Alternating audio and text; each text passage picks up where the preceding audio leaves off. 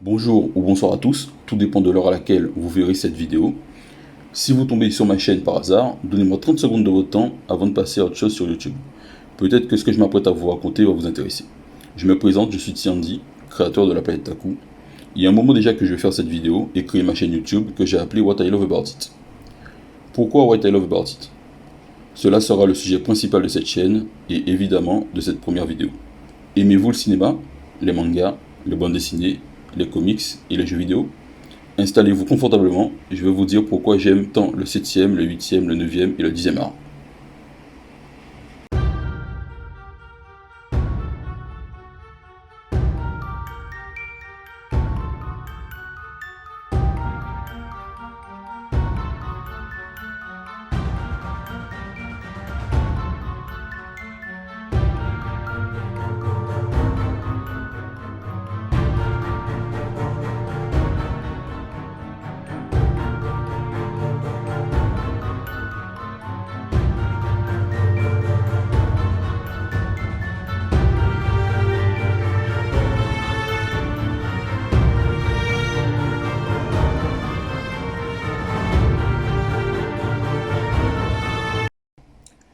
Donc là, nous allons commencer par la genèse, aussi loin que je peux m'en souvenir, parce que là, je vais devoir faire appel à ma mémoire, et comme vous le savez, notre mémoire nous fait souvent défaut. Les personnes qui m'ont fait m'intéresser à l'art sont, dans un premier temps, ma mère, en ce qui concerne les bandes dessinées franco-belges. Elle avait une énorme bibliothèque remplie de bandes dessinées comme Tintin, Astérix, Achille Talon, Gaston. Et selon ses dires, alors que je refusais d'apprendre à lire, j'avais souvent une bande dessinée dans mes mains et je rigolais en regardant les images.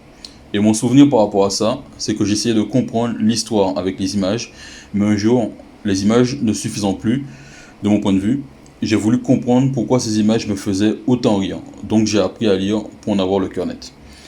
En ce qui concerne le cinéma, il y a eu principalement deux personnes, un de maison qui avait beaucoup de VHS chez lui et qui avait énormément de tout en matière de films, comme des films d'horreur, des films d'action, de kung-fu, et j'en passe des meilleurs. Et mon grand-père, surtout pour les nanars, les westerns, spaghetti et les films de Sergio Leone, que j'ai subi plus qu'autre chose à l'époque. Ce n'est que plus tard que j'ai compris toute la richesse de ces œuvres et pourquoi mon grand-père les adorait tant. Toutes ces choses m'ont fait aimer le cinéma et j'aimerais m'arrêter sur une chose avec vous concernant ce que je viens de dire. Réfléchissez à vos passions que vous avez aujourd'hui. Peu importe votre âge et votre sexe.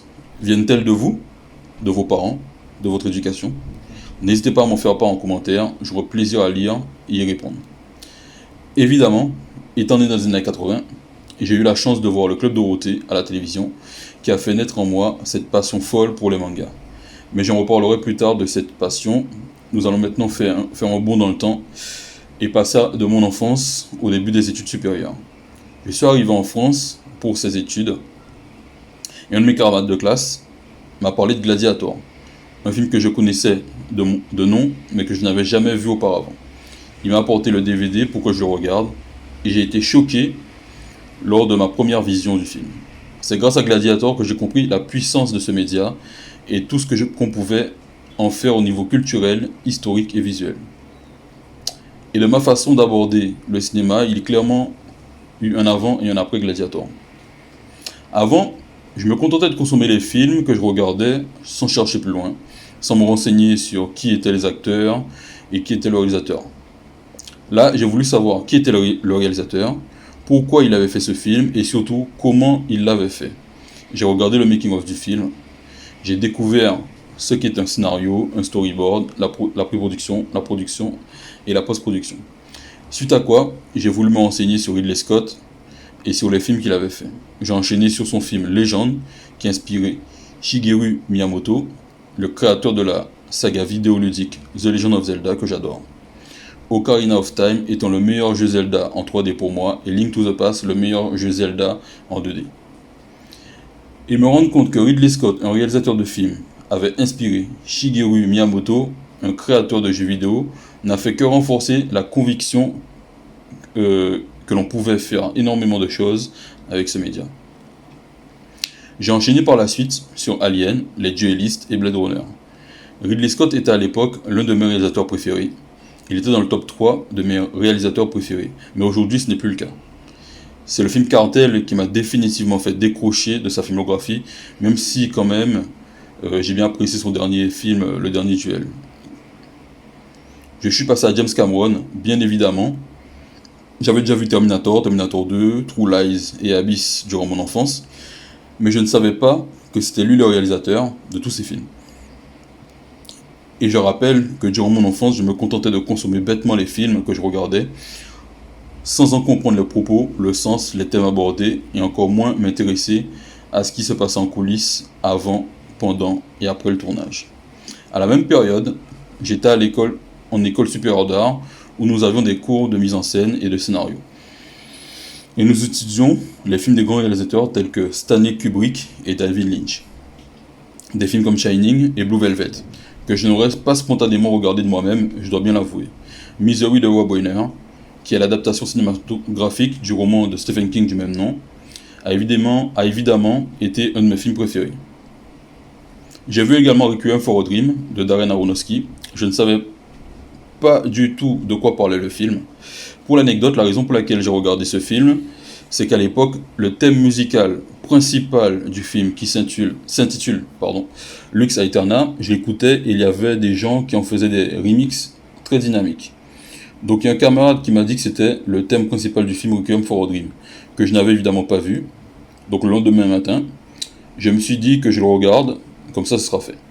C'est le début d'une relation tumultueuse entre la filmographie de Darren Aronofsky et moi.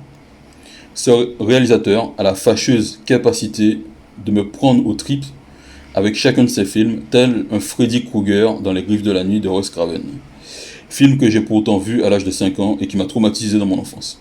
Mais Darren Aronofsky fait partie de ces rares réalisateurs qui réussissent à la fois non seulement à me mettre mal à l'aise, mais aussi à booster ma créativité à travers sa filmographie.